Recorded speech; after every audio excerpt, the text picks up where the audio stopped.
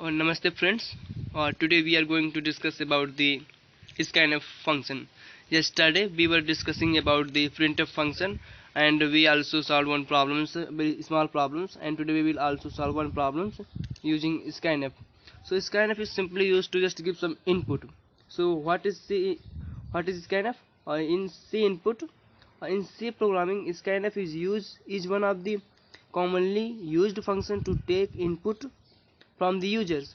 The scanf function reads formatted into from the standard inputs such as keyboards.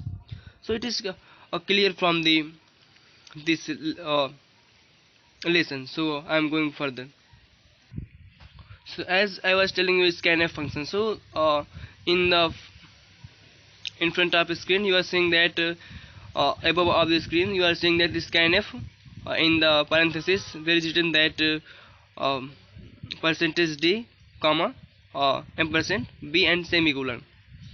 So friends, I want to explain that what is the meaning of this syntax. In when we write any scanf, when we want to give any input, at that time we write this first, you know, this this is the format we will have to write, and this is the ampersand v. So what is v? V is a variable that you've already declared after the int main, after the inside the main function. I have already discussed these things, but I think I have not discussed about the variable. So I am going to discuss about the variable. Variable is just as we use in the mathematics x, y, z. So in the same way, this is also variable, and which takes one specific value, and that value we will use in the further calculation.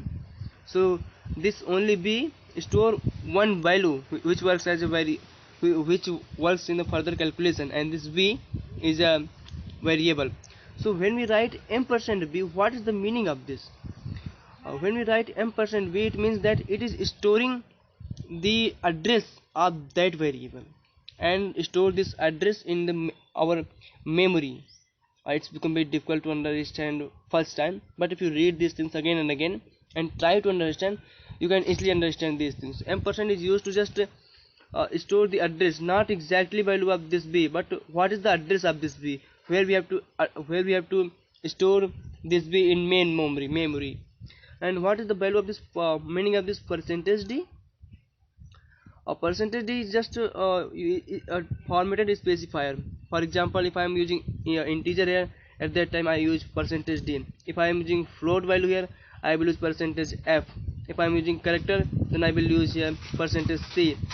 Or character string, then I use percentage s. So according to this variable, this percentage d percentage will be changing. So I will also discuss this thing. So this is the format. If I am writing the scanf, then we will have to follow this format, this syntax. Let's go further. The program will read in an integer value that the user enters on the keyboard's. Percentage d is for integers as is printf, so we must be declared as an int and place that value into v. Okay, so it is very clear from the explanation, and the scanf function uses the same placeholder as printf. So I am going to discuss what it is telling us to.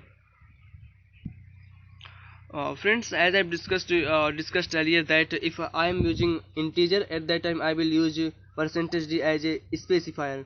So this is data type.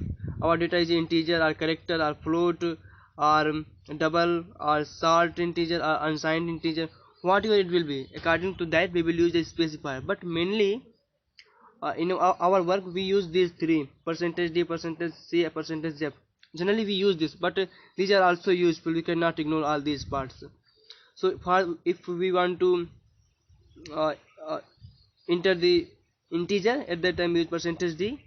If you want to enter the character, we use percentage c, and while for the float we use percentage f, and like these things you can read in your screen.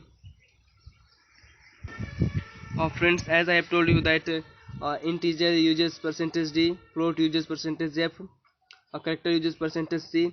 A character means, you know, character means of only particular character like c, like d, a, b, a to z. From a to z these are called the character. But what is character string? Character string means just like name. For example, your name is Mohan, then you write MOHAN. So it contains more than one alphabet. So this is the character string. At that time we use percentage %s. Okay, so you must put ampersand in front of the variables used in scanf. The reason why we will, so I have discussed why we use ampersand, because if you want, because ampersand don't take the exact value, it will take the address and store this address in a main memory. So what is the reason behind this, we will discuss all these things in the pointer part. Okay, so I'm going to discuss what is the use of ampersand. You must put ampersand in front of the variables used in scanf. The reason why will become clear once you learn about pointers. It is easy to forget the ampersand sign, and when you forget it, your program will almost always crash when you run it. For example, if you miss to write the ampersand and try to run your code, definitely there will be some error and your code will not be run. So you will have to be very careful when you run any program. So you have to use the ampersand. Without using this, your program cannot run. So you have to always take care of this. Okay, and how to use printf and scanf function, and what is the difference between. So we will have to understand these things very carefully. If you want to print anything, at that time use printf. If you want to give input, at that time use scanf. So try to understand this again. The printf and the scanf function will take a bit of practice to be completely understood, but once mastered, they are extremely useful. So you have to just do practice, and I think if you do practice 4 or 5 codes, then definitely you can understand the difference between the printf and the scanf, because generally it become very confusable for all of us. If we do practice of writing codes, then we easily understand what is the difference and when we have to use printf and scanf. So these are the things, and now we will try to understand the printf and scanf and variables by one code. Okay, so this is the a program. In that program we will have to add 2 numbers. So try to understand this code. So what is written in the first line in front of your screen? Hashtag in colon in the brackets stdio.s. It is very important. You must have to write all this. If you don't write this, your program will not run, because this is the important thing. And this is the int main, and here we are writing something from our side. So integer, we are declaring integer here. I have already told you that a, b, c are integer. If this will be float value, then at that time we do the float. Or if a is integer, b is integer, c is float, then we can write float c, and in integer we write integer a, b semicolon and float c semicolon. And here it is written that enter the first value. So you have to enter the first value. What is the first value? Value is the ampersand a. So when you run this program, what will happen? At that time the first line will come, enter the first value. If you enter, at that time you enter the value of a, and a value will be in front of your screen, and then it asks for the enter the second value, and you enter the value of b, and this will also be in front of your screen, and you can see all these things. And after this, these things will comes in your screen, and there will be curly brackets. Actually I forgot to write the curly brackets here, so there will be curly bracket at the last. And it is also, you will have to be very careful while writing the code, that you will have just match all the brackets. For example, this bracket is started here, then definitely this will be closed somewhere else, because generally when we write 2 or 3 curly brackets, sometimes we forgot to close that bracket. So we will have to be very careful regarding this, otherwise it can create problems. Our code will be wrong. So what will be output? I am asking to you that. So output will be like this. Enter the first value. You will have to enter the value. Enter the second value. Here will be the value, and then it will print the final value.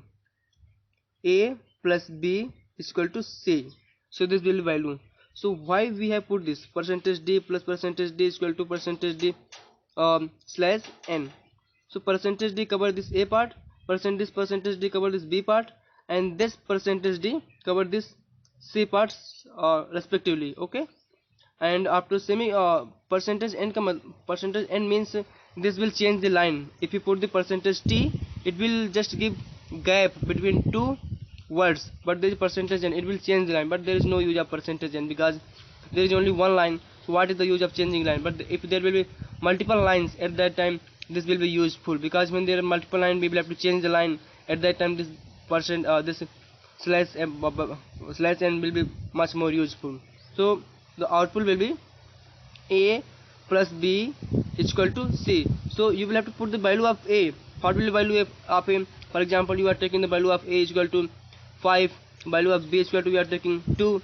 So 5 plus 2 is equal to 7. So your output will be 5 plus 2 is equal to 7. So these things will be. If you have any problems, you can share your problem with me. I will try to solve all these problems, because this is very easy code. So in the beginning you will have to add two numbers, you have to subtract two numbers, you have to multiply, subtraction, these things you have to do in the beginning. After when you be mastering this type things, then definitely you have to solve quadratic equation, you have to make tables, and there's so many things will happen, and we will also do a lot of things in this. So for today it is sufficient, and tomorrow I will take another good topic for you. So thank you friends, thank you.